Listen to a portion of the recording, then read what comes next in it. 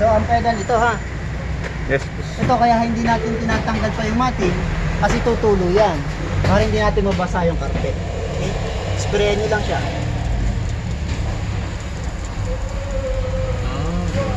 Okay? Tapos brush.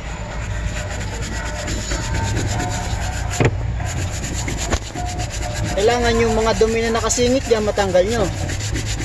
Para pag natuyo, itim na itim yan.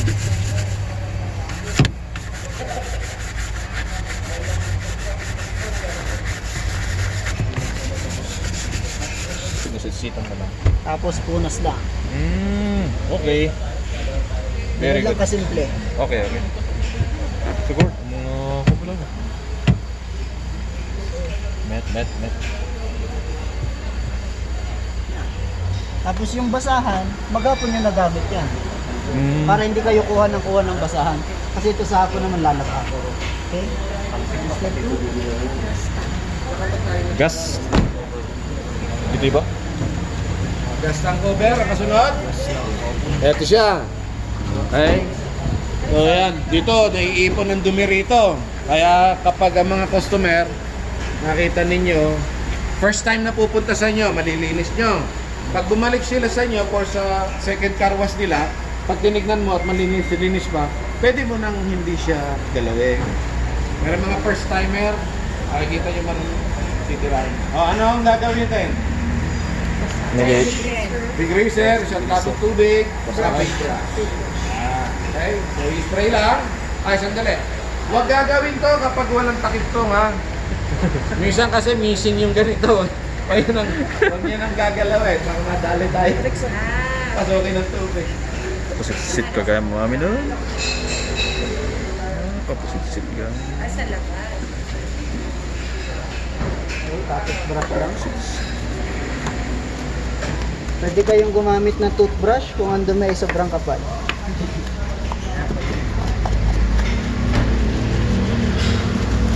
Pag sobrang dumi, hindi pa kaya ng paintbrush, toothbrush. Kahit yung ginagamit nyo sa umaga, sa hapon lilinisin na lang para magagamit ulit. Steel brush. Yung mga lumang toothbrush nyo, pag itatapo niya, magagamit nyo. Nalaki ma'am.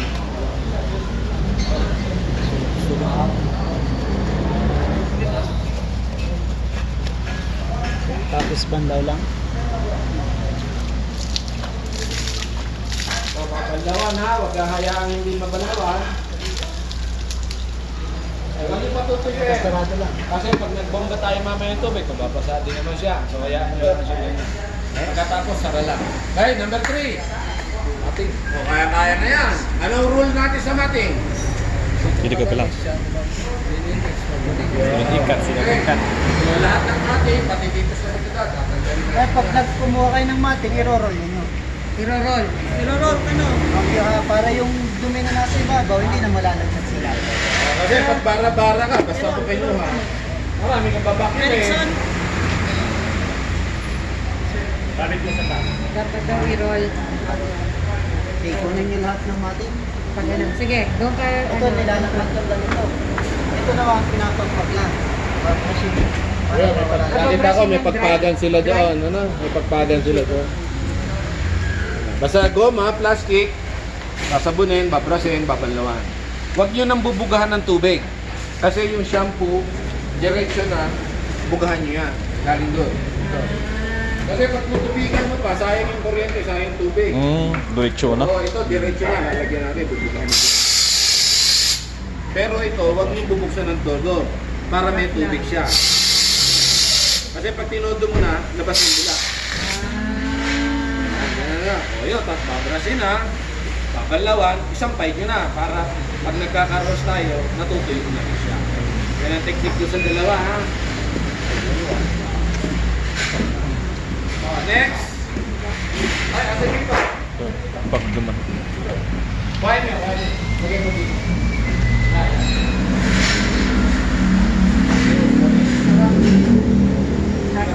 Extension. Extension. Session wire, tapos sabi ko, nakasabit ka. At least ito lang isa. Ayun, dalawang man lang. Tapos yung brush natin ang panglaba.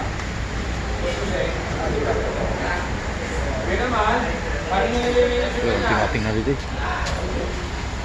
Yung ano, yung dry.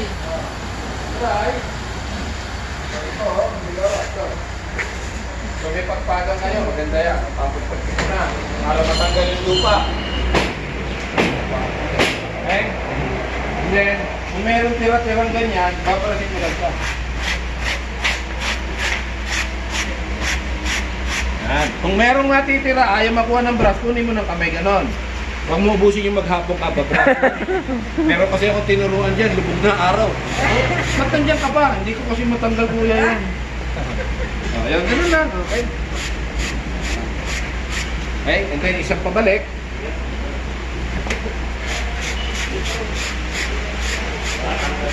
Dalawa lang. Papunta, pabalik. Tapos, sampay na. Laging pag sinampay, magkakasama. Ano ba, tatlo yung sasakyan pinakarwas nyo para alam nyo kung para kanino siya. Huwag yung meron doon sa kabila. May hirapan tayo ma-identify siya. Okay? Okay. Okay, mamaya na natin dito. Number? 5. Ano number ka na, Jerome? 5? Ay, hindi. 4 pa lang. Mababakin ka ng tariya. 4. Yung vacuum, yung pinapatay, pag-ubira naman siya. Ngayon, pag nag-vacuum, yung isang kamay laging nakahawak nito. Huwag nyo hahayaan na kumukuskus yan dyan. Kasi gumagasgas yan sa mga gilid. Kaya laging hawak nyo. Okay? Ngayon, tapos yung upuan, sasagad nyo lang sa likod. Tapos hihiga nyo. Para yung dumi sa ilalim, nagbabacuum dito. Okay?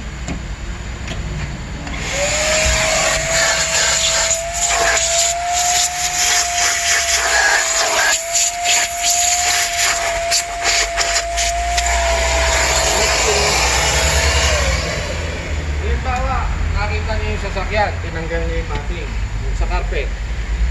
Tinignan mo ngayon, walang dumi. Magbabakon ka, hindi? Huwag na. Kasi wala naman dumi. Wala kang kuryente sa kapagod mo. Wala kang babakon eh, malinis eh. Magpo-focus kayo ng vacuum, doon lang sa nakikita nyo. Visible lang.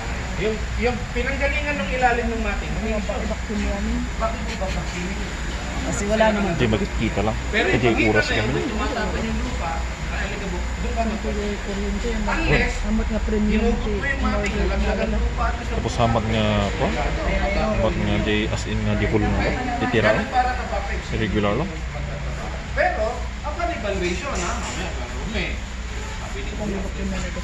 Doon, kasi kumahal na lang. Basis ha, nililinaw mo, baka... Kumasultot. Pagtapos ng upuan, center console na. Mm. Tapos kabilang gilid, yun yung mismo harap.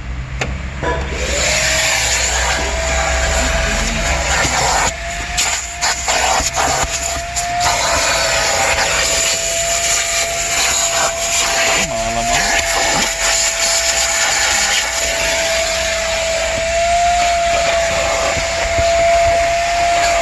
Tapos yung kaya na ba?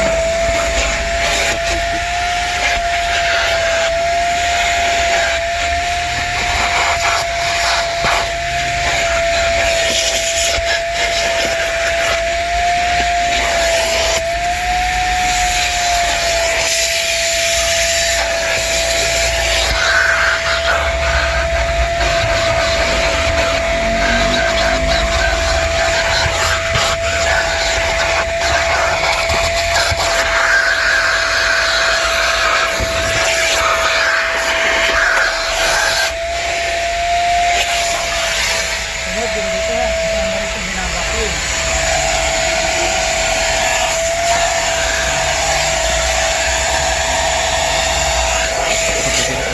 Battle na basket yan. Ganun.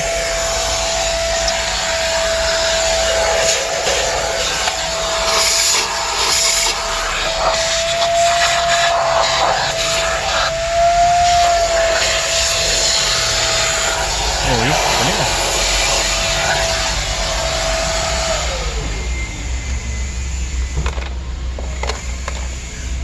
Tapos bago lumipat sa kabila, adjust nyo lang ulit yung upuan sa harap.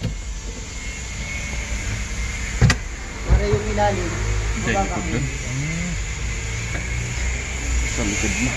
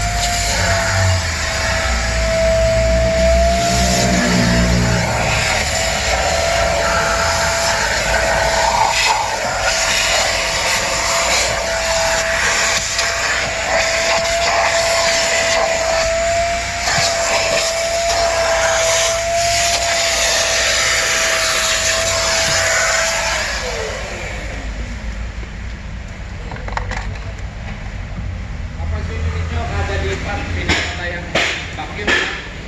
Hindi yung dire-diretso. Kaya niya ba kuya yung cordless? Cordless na vacuum. Ano no? Yung cordless na vacuum. Mahina po yung cordless. Ay, may na. May na yun. Para Ito hindi mga pang carwash talaga to. Pang heavy duty. Talaga. Cordless kasi ano lang, alikabok na ano lang.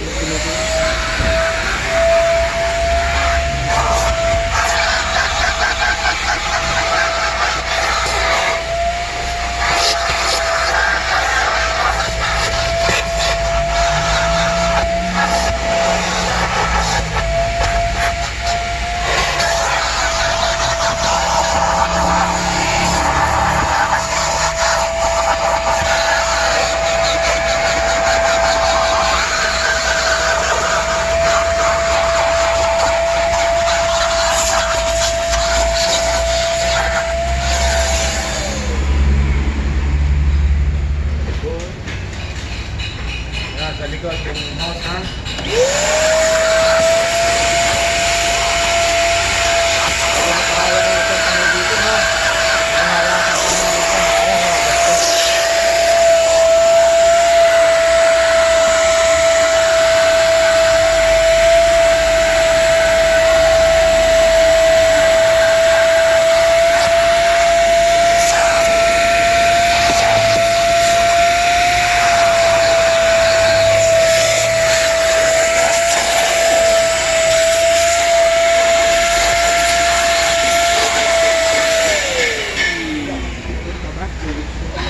Kaya niya? Kaya na pa eh? Pwede, pwede.